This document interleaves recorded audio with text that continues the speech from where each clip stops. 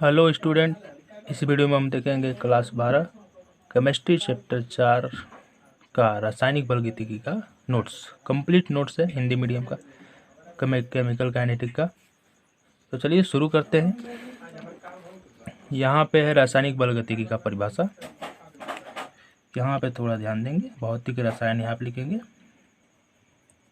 बाकी सही है। अब आगे देखिए, इसको यहाँ पे रासायनिक बलगतिकी का परिभाषा है, इसको नोट कर लीजिए। फिर हम लोग आगे देखेंगे वेग के आधार पर अभिक्रियाएं कौन कौन सी होती हैं। तो यहाँ पे है एक एक करके सभी के बारे में परिभाषा है। अति तीव्र अभिक्रिया, फिर आगे देखिए यहाँ पे है दूसरा अति मंद अभिक्रिया, इसको लिख लीजिए। फिर तीसरा है मध्यम अभिक्रियाएं। अब आगे देखिए, इसको नोट कर लीजिए, यहाँ तक है। फिर यहाँ थोड़ा और है, हाँ और भी है नीचे, इसको भी लिख लीजिए। अब आगे देखते हैं हम लोग। फिर आगे है अभिक्रिया का वेग या दर, जो बहुत ही वीपीआई है। फिर यहाँ पे आगे उसका परिभाषा है औसत वेग के बारे में, क्योंकि औसत वेग का ही मापन किया जा सकता है, वेरी स्लो वेरी फास्ट का करने में कठिनाई होता है। फिर यहाँ पे उसका व्यंजक भी निकाला गया है, यह सारा लिख लीजिए। फिर आगे हम लोग देखते हैं, ये रहा उसका व्यंजक। फिर अलग अलग अभिक्रियाओं के लिए व्यंजक लिखा गया है, फिर जैसे में भी समझाया गया है, इसको लिख लीजिए। फिर अभिक्रिया के वेग की इकाई बताई गई है, यहाँ पे गैस के लिए भी बताया गया है। फिर आगे तात्क्षणिक वेग के बारे में अब शुरू होगी कहानी। चलिए आगे देखते हैं। तो यहाँ पे निकाला गया है तात्क्षणिक वेग का समीकरण, वेग समीकरण। फिर ग्राफ खींचा गया उसका, ये ग्राफ देख सकते हैं यहाँ पे, यहाँ तक है। फिर इसको लिख लीजिए आगे। अब आगे देखते हैं हम लोग।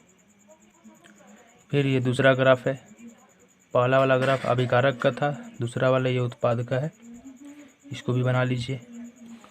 फिर आगे आते हैं यहाँ पे अभिक्रिया के वेग को प्रभावित करने वाले कारक। तो पहला सांद्रता, इसको लिख लीजिए। फिर दूसरा ताप, उसको देखते हैं आगे।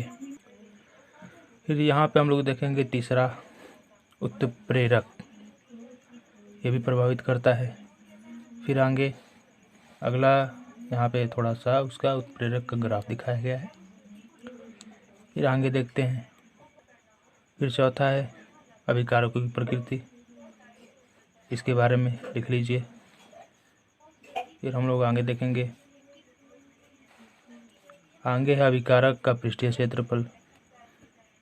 फिर आगे देखिए, फिर है प्रकाश की उपस्थिति, इसके बारे में लिख लीजिए। फिर आगे आपको मिलेगा वेग नियम। अब आ गया मेन वीवीआई चीज़, वेग नियम, जो ज़्यादा इम्पोर्टेंट है एग्जाम की दृष्टि से। फिर वेग नियम या वेग व्यंजक उसी को कहते हैं, एक ही चीज़ है दोनों। इसके बारे में हम व्यंजक निकालना सीखेंगे, आगे देखिए। फिर यहाँ पे वेग व्यंजक कैसे लिखते हैं उसको दिखाया गया है। फिर अवकल वेग समीकरण कैसे लिखते हैं उसको दिखाया गया है। फिर आगे उदाहरण से समझाया गया है, इसको भी लिख लीजिए यहाँ तक, ठीक। यहाँ पे अब आगे देखिए। फिर आगे है प्राथमिक अभिक्रिया, इसके बारे में, जो कि बहुत ज़रूरी है जानना। तो प्राथमिक अभिक्रिया क्या होती है उसके बारे में बताया गया है। फिर जैसे में भी दिया गया है प्राथमिक अभिक्रिया का उदाहरण, ठीक है, नीचे, हाँ हो गया यहाँ पे। फिर आगे देखते हैं हम लोग, यहाँ पे जटिल अभिक्रिया के बारे में बताया गया है। फिर आगे जैसे में दिया गया है। फिर अभिक्रिया की कोटि, जो कि बहुत ज़्यादा इम्पोर्टेंट है, इसके बारे में। फिर आगे देखते हैं हम लोग। फिर यहाँ पे अब अभिक्रिया की कोटि के प्रकार विभिन्न प्रकार का होता है। शून्य कोटि, प्रथम कोटि अभिक्रिया होती है, फिर द्वितीय कोटि अभिक्रिया होती है, उनका मान क्या होता है, तृतीय कोटि अभिक्रिया होती है। उदाहरण नहीं दिया गया, उदाहरण आपको जब समीकरण हल कराया जाएगा, समाकलित वेग तो उसमें दे दिया जाएगा। आगे देखेंगे आप। फिर यहाँ पे भिन्नात्मक कोटि होता है, उन सब के बारे में बताया गया है। फिर लिखा गया है अब निम्नलिखित अभिक्रिया वेग का कुल कोटि निकालें। यहाँ पे उदाहरण भी दिया गया है, आगे देखिए। फिर यहाँ पे उदाहरण आपको कराया गया है जो कि एग्ज़ाम की दृष्टि से बहुत ही ज़रूरी है, ये आ भी जाते हैं एग्ज़ाम में। फिर आगे इसको लिख लीजिए। फिर आगे आपका वेग स्थिरांक का मात्रक जो बहुत ही वीवीआई है। यहाँ से एग्ज़ाम में ऑब्जेक्टिव बहुत आते हैं। यहाँ पे फाइनल उसका समीकरण निकाला गया है और एक एक करके सबका निकाला गया है, शून्य कोटि का भी। फिर आगे देखिए। फिर यहाँ पे गैस के लिए भी निकाला गया है। गैस का कैसे निकाल सकते हैं, गैस के लिए एटीएम चलता है। फिर द्वितीय कोटि का निकाल के दिखाया गया है। फिर प्रथम कोटि अभिक्रिया के लिए निकाल के दिखाया गया है। अच्छा ऊपर, हाँ फिर तृतीय कोटि उल्टा हो गया है, कोई बात नहीं। फिर आगे अभिक्रिया की आणविकता जो कि ज़्यादा इम्पोर्टेंट है एग्ज़ाम की दृष्टि से, अब इसको भी देखेंगे हम लोग। तो आगे देखिए, यहाँ पे उसका परिभाषा दिया गया है आणविकता का। फिर इस आधार पे कितनी अभिक्रियाएँ होती है उसको दिखाया गया है। एक अणु एग्जाम्पल दिया गया उसका। फिर द्विअणु उसका एग्जाम्पल है। फिर त्रिअणु उसका एग्जाम्पल आगे देखते हैं। यहाँ पे उसका भी उदाहरण दिया गया है। फिर यहाँ पे वीवीआई पॉइंट है, इसको लिखा गया है, बहुत ज़्यादा ज़रूरी है एग्ज़ाम के लिए। यहाँ पे हम अणुओं लिख लेंगे, अणुओं के एक साथ संघट के बाद, ठीक है, इसको सुधार लीजिएगा। फिर आगे आणविकता की कोटि, नहीं, अभिक्रिया की कोटि और आणविकता में अंतर, जो कि बहुत ज़्यादा वीवीआई है एग्ज़ाम के लिए।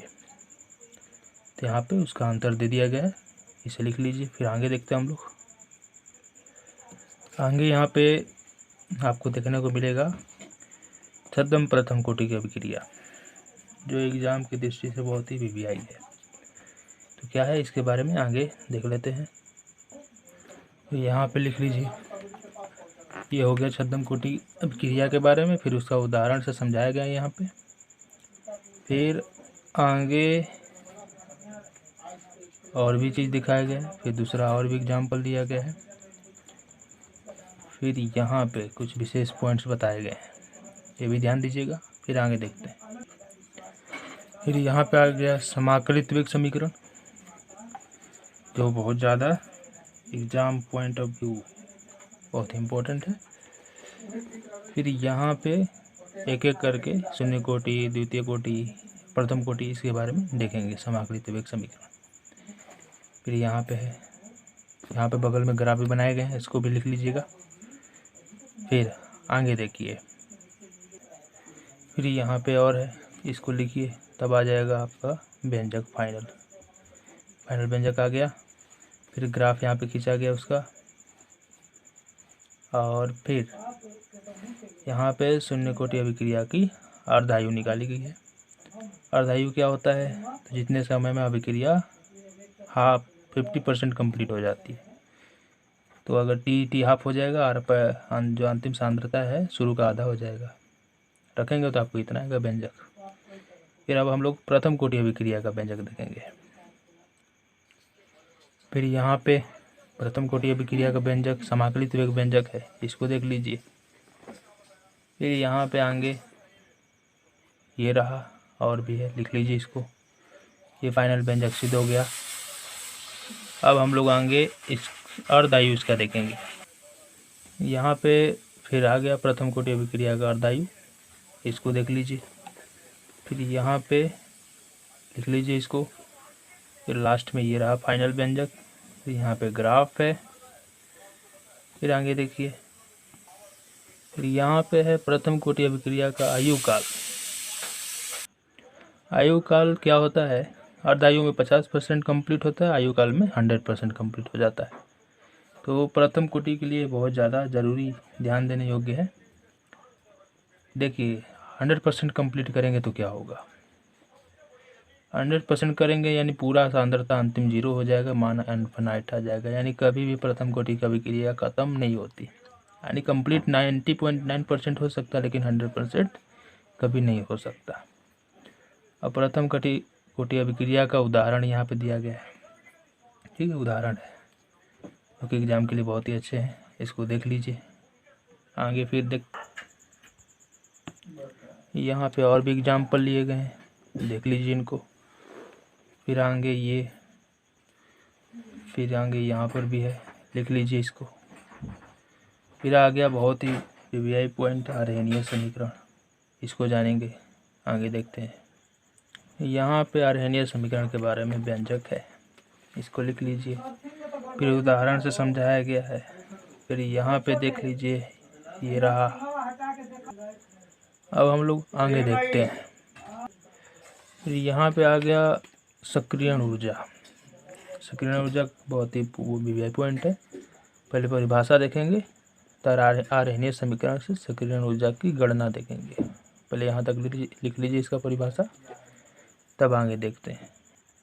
यहाँ पे सक्रियण ऊर्जा की गणना देखेंगे, जो आर्हेनियस समीकरण से ही होगा, इसको लिख लीजिए। फिर यहाँ पे आगे लिख लीजिए। फिर ये रहा फाइनल व्यंजक। फिर ग्राफ देखेंगे आगे, ये रहा ग्राफ। अब यहाँ पे भिन्न ताप पर सक्रियण ऊर्जा क्या होता है, T1 T2 पर, उसको दिखाया गया है, उसको भी लिख लीजिए। फिर ये रहा फाइनल हमारा समीकरण। फिर आगे देखते हैं। फिर यहाँ पे आ गया रासायनिक अभिक्रिया का संगत सिद्धांत, इसको भी देख लीजिए, एक सिद्धांत है ये।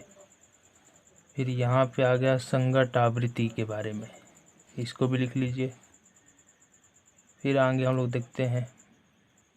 फिर यहाँ पे हम लोग देखेंगे प्रभावी संगत, इसको लिख लीजिए।